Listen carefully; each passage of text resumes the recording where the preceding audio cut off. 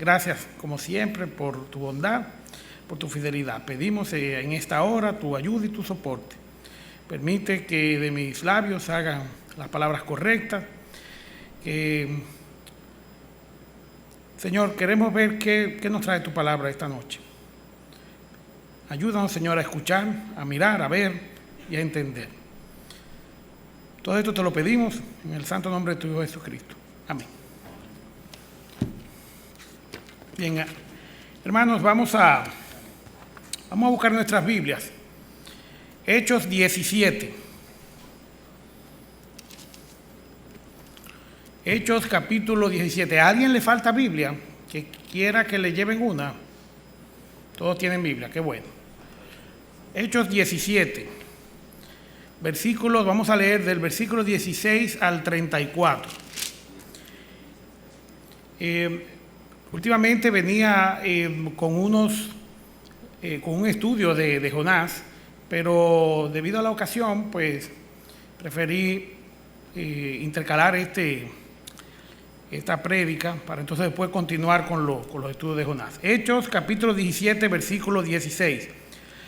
Mientras Pablo los esperaba en Atenas, su espíritu se enardecía viendo la ciudad entregada a la idolatría.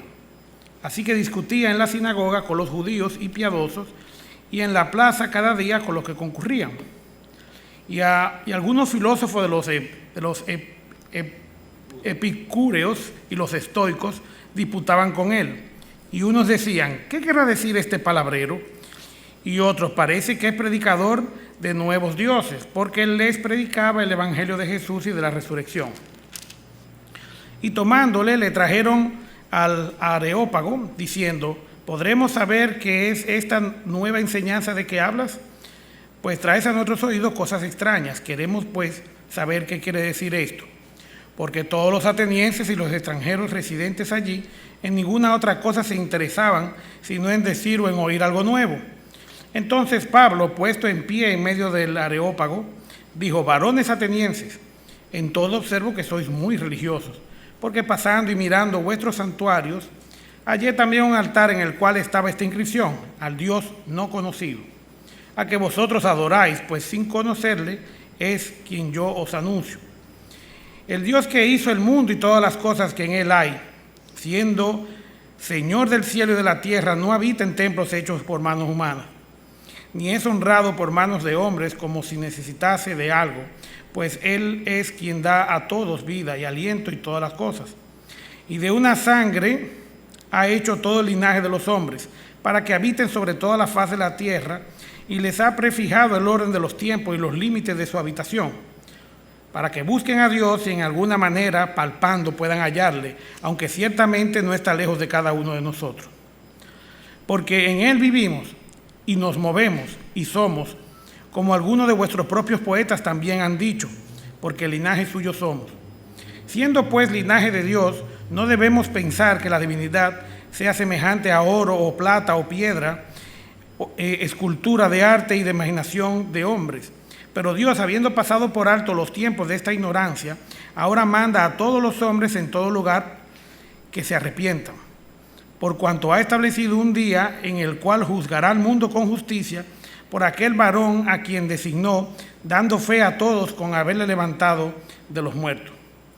Pero cuando oyeron lo de la resurrección de los muertos, unos se burlaban y otros decían, ya te oiremos acerca de esto otra vez.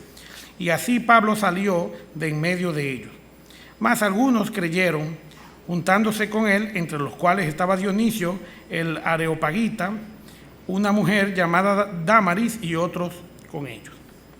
Bien, esta noche este texto nos habla de una experiencia que tuvo el apóstol Pablo, una oportunidad de poder predicar el evangelio en un sitio no muy cómodo, no muy propicio para esto. Una de las reglas básicas para predicar el evangelio es ser propicio, es saber en qué momento poderlo hacer. Hay veces que no somos propicios o no vale la pena hacerlo. Por ejemplo, donde hay personas que están bebiendo, borrachos, no vale la pena ni siquiera intentarlo. Asimismo, hay gente que lo que hace es que en vez de escuchar o de uno aprovechar para hablarle al Señor Jesucristo, lo que hacen es entonces que blasfeman. y muchas veces lo prudente es no hacerlo o esperar otro momento. Nunca no hacerlo, sino hacerlo en un momento mejor. Pablo vio en esta historia, podemos ver que Pablo usó lo que hubiera sido un concepto o una condición que iba en contra de él, lo usó a favor. Siempre recuerdo la historia de una de las primeras intervenciones del Estado de Israel en la ONU, donde decía que en los tiempos de Moisés ellos se estaban bañando en el río Jordán y que vinieron los palestinos y le robaron la ropa. Entonces vino el representante palestino y dijo, no, nosotros no estábamos cuando eso. Digo, ahí quería llegar, precisamente, ustedes no estaban, estábamos nosotros, ¿verdad? Pues Pablo aprovecha esto. Pablo era una persona que estaba bien preparada para esto. Pablo había sido instruido bajo los pies de Gamaliel, quien en aquella época pues era una persona bien preparada, que conocía todos los aspectos de la vida. Pablo, al ser también ciudadano romano, pues conocía todas estas cosas. Vemos aquí, si vamos nos transportamos a Atenas, como dice el primer versículo, el 16, que dice que esperaba en Atenas, podemos ver que el ambiente que hay aquí es algo que nosotros puede ser que tengamos aquí. Nosotros tenemos el Centro de los Héroes, que es un tipo de ágora o de espacio abierto donde hay edificios, o sea, lo rodean edificios donde hay oficinas gubernamentales o tribunales, el Senado. Eso mismo pasa en la plazoleta de la Independencia, es un tipo de ágora también, de área abierta donde hay edificios, donde se administra justicia, donde hay un centro de actividad política, administrativa, comercial y social. Este tipo de cosas, el doctor Balaguer y el general Trujillo se copiaron estos ambientes de la antigüedad para crear estos escenarios que eran pues muy propicios a todas estas cosas. Era también el centro de gobierno y exactamente el Areópago era un sitio donde se iba a discutir de leyes, era un tribunal donde pues los arcontes o los jueces hacían uso de su sabiduría para entonces impartir ley. De aquí sale, por ejemplo, el epónimo de draconiano, de las medidas draconianas de un arconte dracón que le tocó ser juez en un sitio donde la gente era muy rica, pero era impenitente y ponía pues castigos muy grandes para la pena, para el crimen que realmente era. Era este tipo de ambiente, era la cúspide de lo social, de lo político, donde habían personas muy bien preparadas y había que tener cuidado cómo se hablaba aquí.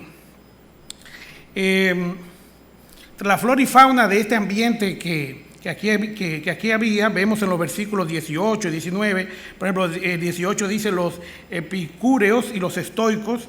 Estos son dos grupos que, por ejemplo, los estoicos son los que manifestaban indiferencia por el placer y el dolor, que tienen gran interés ante la desgracia. Siempre oímos decir, lo tomó estoicamente el problema, y es que ni siquiera movió un músculo de la cara, ¿verdad? Estos son los estoicos.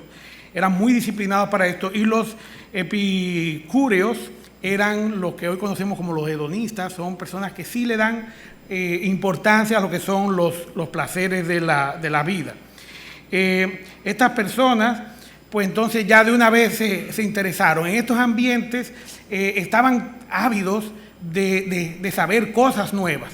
Y sabemos que, por ejemplo, hoy día nosotros tenemos el problema de que oímos muchos cantos de sirena. Hay mucha gente que quiere escuchar, que quiere oír. Los grandes filósofos de la época, los estudiantes, todos iban a Atenas y participaban del Areópago para escuchar qué había de nuevo, qué filosofía nueva había.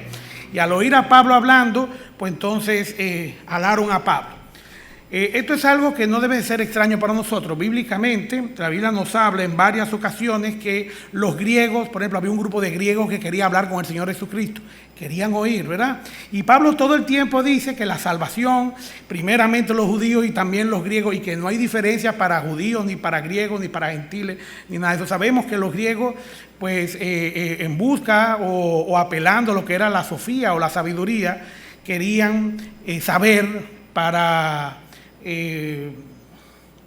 satisfacer sus necesidades de conocimiento. De aquí sabemos también que viene una secta que Pablo pues nos advierte, y son los gnósticos, y estas son personas que piensan que mientras más tú conoces de Dios o del Señor Jesucristo, más salvo tú eres o más cerca de la salvación estás.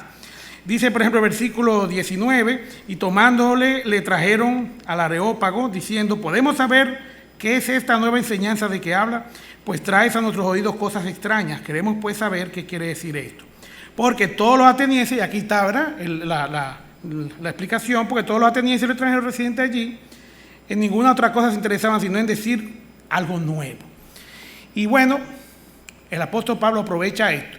Y yo quiero que a partir de ahora empecemos a abrir nuestra mente, porque el propósito de esta prédica es nosotros poder tomar esta experiencia de Pablo para nosotros tomar oportunidades para poder predicar el Evangelio. Aquí vemos que era un público difícil por su paganismo y superstición. Estas eran personas que levantaban altares y estatuas a todo lo que ellos consideraban una divinidad. O sea que hablarle de un solo Dios iba a ser un problema. Dice un satírico romano que si tú ibas a Atenas era más fácil encontrarse con un dios que con un ateniense, de la cantidad de dioses que ellos tenían.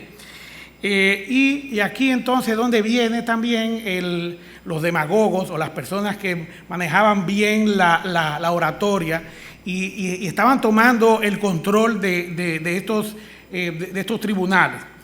Con este tipo de gente era que el apóstol Pablo iba a trabajar.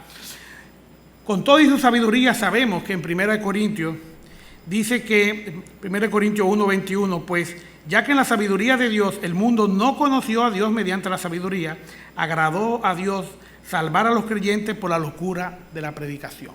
O sea, estas personas no iban a encontrar lo que realmente andaban buscando, sino que se iban a llevar tremendas sorpresas. Sabemos que aquí mismo que los judíos piden señales y los griegos buscan sabiduría, siempre en busca de la sabiduría. Y yo creo que eso nos suena,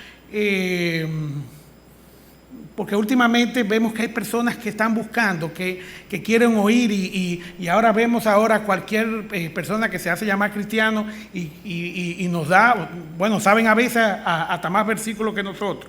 Pero nosotros predicamos a Cristo crucificado, para los judíos ciertamente tropezadero y para los gentiles locura. Eso provoca la predicación.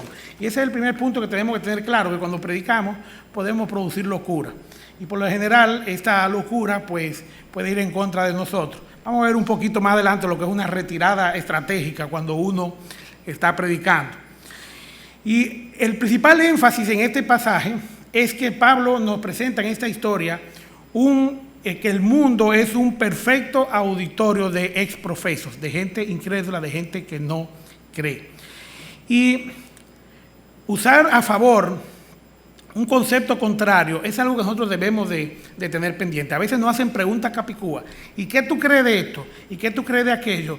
Y tenemos que tener algo bien claro, y es que hay conceptos que el incrédulo no va a entender hasta que primero no acepta a Cristo como Salvador. Después todas las otras preguntas las va a entender cuando el Espíritu Santo more en él.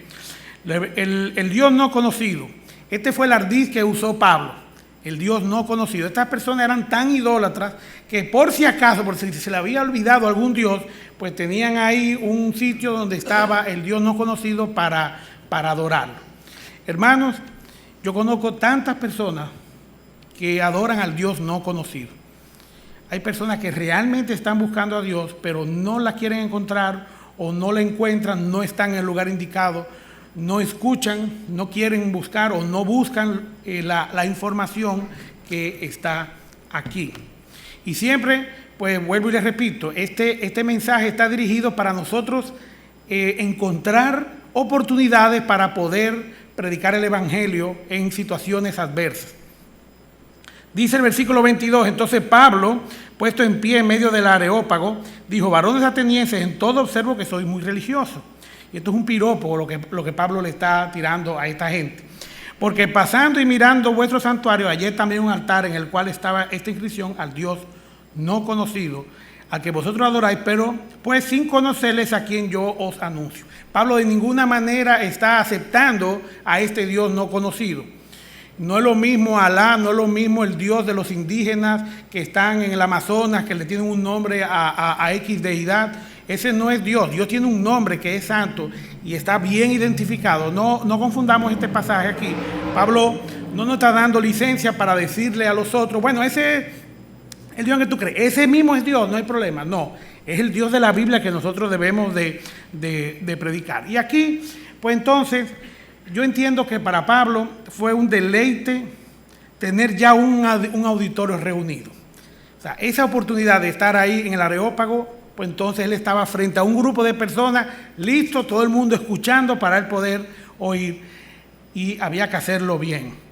Era un público de crasa ignorancia. Eso significa que uno tiene que preparar el mensaje, uno tiene que preparar lo que uno va a hablar antes de decir lo que uno va a decir.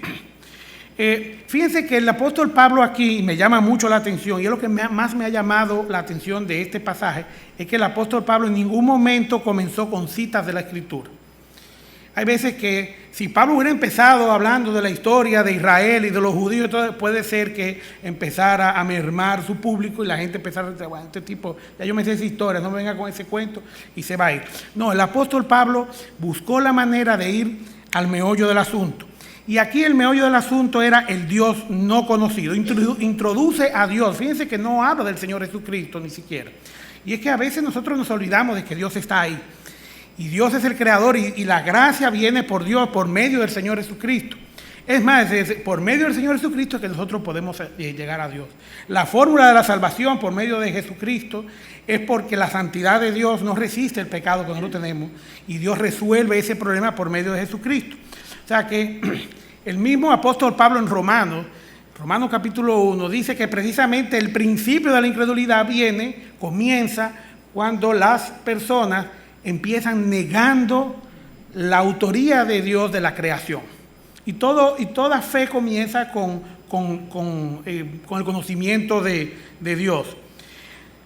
Estas personas que son idólatras, nosotros tenemos que saber también de qué se trata estas personas. Dice en Salmo 115, nuestro Dios está en los cielos, todo lo que quiso ha hecho. Dice, los ídolos de ellos son de plata y oro, obra de mano de hombre. Tienen boca, mas no hablan; tienen ojos, mas no ven; orejas tienen, mas no oyen; tienen narices, mas no huelen; manos tienen, mas no palpan; tienen pie, mas no andan; no hablan con su garganta. Y vemos esas procesiones que andan con un ídolo arriba, porque tienen que llevar al ídolo porque no puede caminar. Dicen lo que el ídolo va a decir. Gastan dinero haciendo una imagen, un pedazo de palo o de madera o de cemento, y resulta absurdo que nosotros, que somos el pináculo de la creación, pues entonces nosotros vayamos a adorar algo que está y que es menos que nosotros. Por lo general uno adora a alguien que es más que uno, no menos que uno. O sea que aquí empieza la necedad de esta persona. Por eso es que Dios hay que presentarlo correctamente. El conocimiento de la soberanía y de la majestad de Dios es pesado, o sea, o provoca en las personas pues un sentimiento de pequeñez y de humillación, que es la antesala para que las personas puedan creer. Este Dios creador no es un Dios inalcanzable, es un Dios que es alcanzable. A veces parece que no podemos alcanzar a Dios. Y lo que pasa es que debe ser deseable. Nosotros tenemos que presentarlo como un Dios que es misericordioso, un Dios que promete la vida eterna, para que entonces nosotros busquemos la fórmula que Él ha puesto, que por sí mismo, por medio del Señor Jesucristo, nosotros poder llegar a Él. Nosotros no podemos llegar al Señor como nosotros querramos. De ahí es que vienen las religiones, y a la gente hay que explicarle eso. Y ahí es que empieza el problema. Bueno, mira, yo no he matado a nadie, yo no hago lo malo, oímos a cada rato la gente cuando se muere, ese sí era bueno, ese se ganó el cielo. Y son cosas que son contrarias a lo que Dios, a lo que el Señor nos ha enseñado en su palabra. El Señor le plugo, Él decidió que fuera por medio del Señor Jesucristo. Son insondables sus pensamientos y sus designios, y eso fue lo que Él decidió, y esa es la manera para llegar. El Señor Jesucristo sabemos que es el camino, la verdad y la vida. Nadie puede ir al Padre si no es por medio de Él. Esa es la manera, no hay otra. y si alguien quiere discutir, pues que discuta con la palabra, pero no con nosotros. Eso no es un tema de discusión. Dice los versículos del 24 al 28, vemos como Pablo, y es la exposición más larga de este pasaje, vemos que lo primero que hace Pablo es que dice que hizo el mundo. Fíjense que si queremos describir a Dios bien, tenemos que describirlo como el Dios creador, como el Dios que es el dueño de todo, el Dios omnipotente que puede hacer todo y nada es imposible para Él. Es el Señor del cielo y de la tierra. Y si nos vamos a estas circunstancias donde están estas personas, estos romanos, estos griegos paganos, por ejemplo, no había un Dios que fuera el Dios de todo. Había un Dios de los cielos que era Júpiter, y había otro que era el de los mares, que era Neptuno, y había otro que era del inframundo. Y bueno, pero ya el solo hecho de decir que había un solo Dios que era el dueño del cielo y de la tierra, ya era algo como para considerarlo. Es el Dios que da vida y aliento y todas las cosas, o sea, todo lo que tenemos es gracias al Señor. Y dice que y de una sangre ha hecho todo el linaje de los hombres. Y me llama mucho la atención, y Pablo dice, para que habiten sobre toda la faz de la tierra, que el Señor tuvo que decirle a la humanidad 2 o 3 veces que hincharan la tierra, y nosotros decidíamos otra cosa y siempre venía un castigo por esto. Y Él que ha prefijado el orden de los tiempos, en el Señor el tiempo no trasciende. Él lo sabe todo, Él sabe lo que pasó, Él sabe lo que está pasando y sabe lo que pasará también y los límites de su habitación. Una explicación bien concentrada de lo que es la omnipotencia de Dios. Dice aquí que nos hizo... Pablo lo que quiere decir es que somos hechos a la imagen de Él, somos del linaje de Él, en el sentido de que fuimos creados a imagen y semejanza. ¿Ustedes saben para qué? Para que nosotros podamos reconocerle. La ley de Dios está escrita en nuestros corazones. Dice en Romanos 1 también, y cito de nuevo, que dice que las cosas invisibles de Él, su deidad, su eterno poder, son claramente visibles por medio de la creación. ¿Para qué? Para que no tengamos excusas. Podemos verlo. Una creación nos habla de un creador, un diseño nos habla de un diseñador. Y aquí Pablo está usando esto, llevando las mentes por la avenida de la lógica, porque Dios es un Dios lógico y su existencia también es lógica. Dice aquí, ¿verdad? El versículo 28, porque el linaje suyo somos. Y era una expresión que ellos usaban mucho en el sentido de dónde venían, y para ellos era importante. La principal característica de nuestro Dios es que es el Dios que hizo el mundo y todo lo que hay en él. No depende de los hombres ni necesita de algo. Y aquí yo quiero hacer un énfasis en la mitología, en estas religiones paganas. Los dioses se estaban extinguiendo porque los hombres no lo adoraban, no le oraban, no le pedían ni lo veneraban. Y entonces esto ocasionaba que esa es la explicación que ellos daban de por qué estos dioses ya no tenían tanta actividad como había en la mitología. Y Dios no nos necesita a nosotros lo necesitamos a Él. De hecho, venimos de Él y después volvemos a Él otra vez. Es el sentido que hay. Por eso dice que Él da la vida y nos creó a su imagen y semejanza. Dice que el principio de la sabiduría es el temor a Jehová, es temerle, es conocerle, es saber quién es Él. Y la primera manera que nosotros podemos lograr que una persona conozca a Dios es cuando él lo conoce como creador. Cuando una persona acepta que Dios es el creador de todas las cosas, ya le está dando honra a Dios. Vamos, por favor, a Romanos capítulo 1 para esta parte del mensaje, que es el énfasis en cuanto a la presentación que debemos de dar de Dios como un Dios creador. Pues buscar una opinión bíblica al respecto. Romanos capítulo 1, versículo 19 al 23. Y sí quiero que me acompañen con esta lectura. Romanos capítulo 1, versículo 19, dice: porque a lo que de Dios se conoce, le es manifiesto, pues Dios se lo manifestó. Porque las cosas invisibles de Él, su eterno poder y deidad, se hacen claramente visibles desde la creación del mundo, siendo entendidas por medio de las cosas hechas, de modo que no tienen excusa. Pues habiendo conocido a Dios, no le glorificaron como a Dios, ni le dieron gracias, sino que se envanecieron en su razonamiento, y su necio corazón fue entenebrecido. Profesando ser sabios, se hicieron necios y cambiaron la gloria del Dios incorruptible en semejanza de imagen de hombre corruptible, de aves, de cuadrúpedos y de reptiles. Y si seguimos leyendo este capítulo este primer capítulo de Romanos, vemos la longaniza de cosas que hacen la gente que no acepta que Dios es el creador. Y cosas como, por ejemplo, someter su cuerpo o sea, entenebrecer su mente y someter su cuerpo a hacer cosas vergonzosas. Vemos hoy día todas las cosas que están pasando, pero no es el tema de esta noche. Bien, el título de este mensaje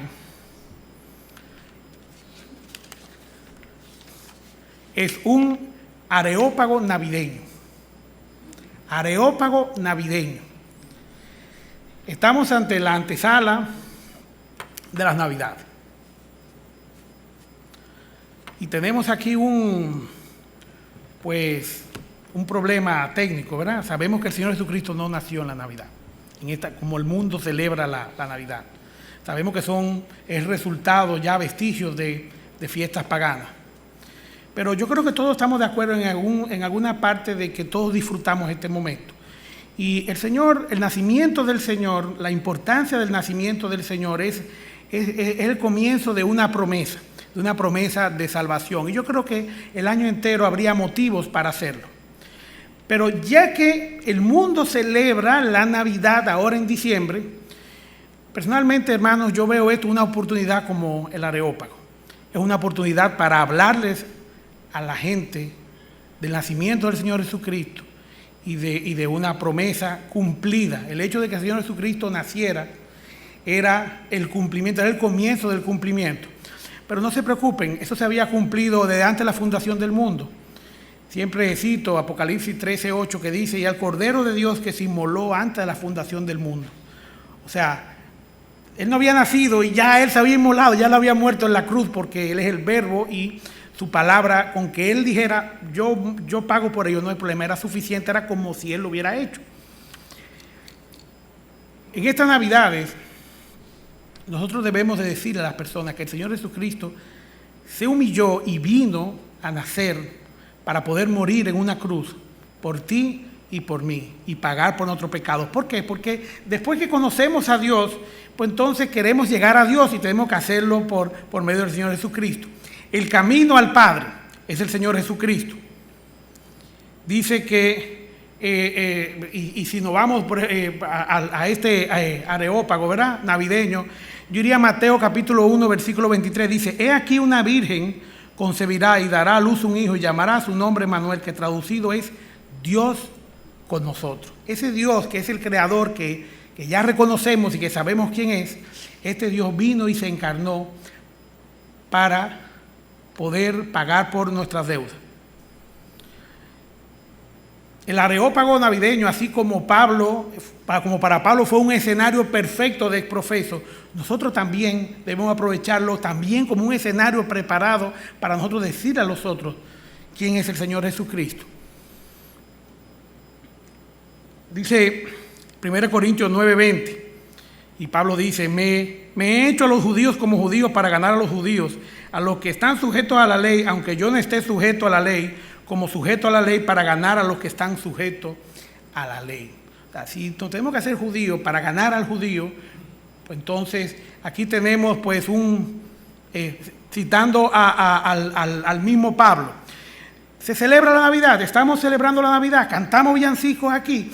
Bueno, pues entonces deberíamos de tener en cuenta que las personas que tenemos aquí deben de saber por qué nosotros estamos haciendo eso. Y la mejor forma, y yendo desde el principio que es de Dios el Creador, pues debemos de ir de una vez al final, y es el tema de la condenación.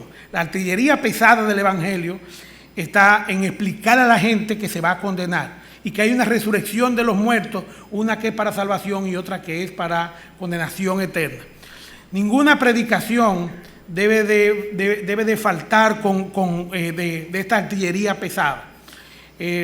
Siempre oigo a la gente que dice: ay, Eugenio, no me venga con ese cuco de que yo me voy para el infierno. Bueno, pues miren, es un cuco. Realmente es para tener miedo. Miles de personas mueren diario en el mundo y se van para el infierno, se pierden para siempre. y nunca hemos podido conseguir, a lo mejor para personas que están cerca de nosotros, una oportunidad para hablarles del Señor. Dice en el versículo 30 de nuestro pasaje, el apóstol Pablo no desaprovechó tampoco la oportunidad para entrar con su artillería pesada. Y aquí fue donde vino la desbandada. Dice en el versículo 30, pero Dios, habiendo pasado por alto los tiempos de esta ignorancia, ahora manda a todos los hombres en todo lugar que se arrepientan. Y eso es lo primero que una persona debe de hacer, debe arrepentirse de su pecado, tiene que querer el deseo y su incapacidad para dejar el pecado, para entonces soportarse del Señor Jesucristo y de su Dios para lograr esto. Dice, por cuanto ha establecido, versículo 31, un día en el cual juzgará al mundo con justicia por aquel varón a quien designó, dando fe a todos con haberle levantado de los muertos. ¿Y cuál es la condenación que nos pesa? Bueno, pues cuando hablamos de natividad, de nacimiento, hablamos de muerte también. Todo el que nace tiene que morir. Y aquí es donde está el castigo que nos pesa sobre nosotros y que es el propósito del nacimiento del Señor Jesucristo, que es para que nosotros entonces podamos, por medio de la obra de Él, que venció la muerte, entonces poder ser salvos. Dice en Hechos 3:19, así que arrepentíos y convertíos para que sean borrados vuestros pecados, para que vengan de la presencia del Señor tiempos de refrigerio. Hay otro concepto aquí en estos dos versículos, 30 y 31, juicio. Y sabemos por Romanos 8:1 que los que están en Cristo no hay ninguna condenación para ellos. Primera de Tesalonicenses capítulo 5, versículo 9 dice, porque no nos ha puesto Dios para ira, sino para alcanzar salvación por medio de nuestro Señor Jesucristo. Y todo es por medio de nuestro Señor Jesucristo. Y Juan 14 dice que yo soy el camino, la verdad y la vida, y nadie viene al Padre sino por mí. Ante toda esta evidencia abrumadora y pesada en cuanto a lo que es la eternidad de nuestros interlocutores cuando estamos predicando, tenemos que saber, como hizo Pablo, cuál es el momento de retirarse para dejar que el Señor pueda obrar. Dios nos libre a nosotros de nosotros persuadir a la gente con nuestras lenguas, con nuestros labios, sino que tenemos que dejar que sea el Señor el que germine la semilla que nosotros hemos tirado, que nosotros hemos esparcido, y que sea Él el que provoque el arrepentimiento en los corazones de nuestros interlocutores.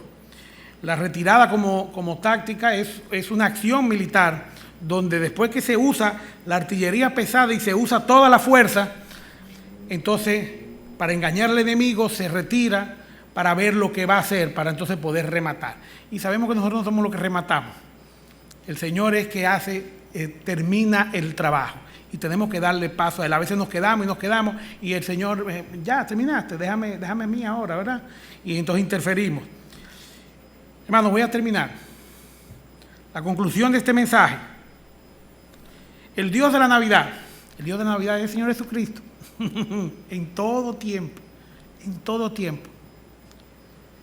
La verdadera Navidad que debemos de predicar a las personas es cuando el Señor Jesucristo nace en el corazón de ellos. No solamente celebramos porque el Señor Jesucristo nació, no, sino que el Señor Jesucristo nace en el corazón de las personas.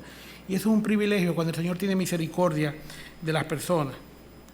Dice el versículo 34 de este pasaje, mas algunos creyeron juntándose con él, entre los cuales estaban Dionisio, el Areopagita, una mujer llamada Dámaris y otros con ellos.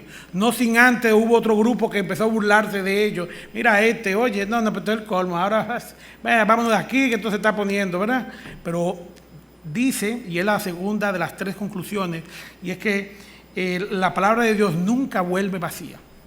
Algo se pesca. Alguien escucha y guarda en su corazón estas palabras. Y aquí vemos que el trabajo de Pablo pues fue fructífero, tuvo su fruto. Yo tengo una anécdota, cuando cantaba en un coro en arpa evangélica, fuimos el coro completo, 60 y pico de personas, fuimos a Nagua a cantar y pasamos trabajo y bueno, ¿sabes cómo son estos viajes con muchas personas y en un pueblo pequeño? Pues nosotros cantamos 2 días allá. ¿Ustedes saben cuánta gente se convirtieron en esa campaña? Por lo menos en ese momento. 1. El Señor movió todo ese coro y todo eso para mover un corazón. se esparció la palabra de Dios. Y el Señor quería que ese día esa persona aceptara a Cristo como Salvador. Por eso, la última conclusión de las 13 es que debemos de predicar siempre, siempre, siempre, a tiempo y a destiempo. Todos conocemos ese versículo, no me dejen hacer más citas bíblicas.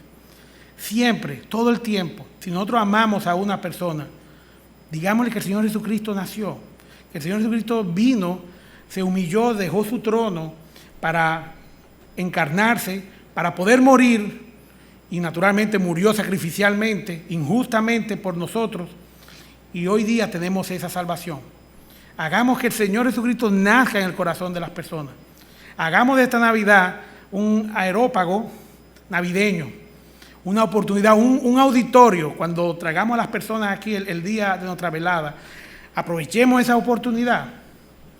La producción de A Dios sea la gloria va a hacerlo este año en la Plaza España, y en algo que no tiene nada que ver con la iglesia ni nada, pero le van a dar la primera participación y nos van a dejar cantar primero.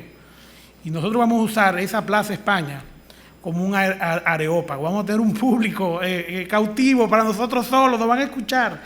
Y los himnos y las canciones que se van a cantar han sido escogidas especialmente para la oportunidad. Porque, hermanos, seríamos unos tontos si no supiéramos qué es lo que conviene en cada momento y el público que tenemos. No desaprovechemos la oportunidad de poderle decir a la gente lo maravilloso que es nuestro Dios, y que para llegar a Él es por medio del Señor Jesucristo. Amén. Vamos a orar. Vamos a ponernos de pie, por favor. Vamos a cambiar de posición para entonces recibir al director para cantar un último himno. Ven, Eury, ven conmigo, aquí ven.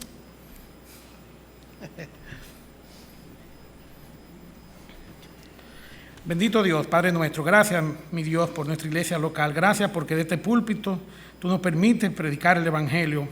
Has puesto en nuestros corazones la semilla para nosotros entonces poder también compartirla, repartirla y cumplir con el mandato de predicar. Señor, en esta Navidad ayúdanos a utilizarla como la utilizó Pablo en el Areópago.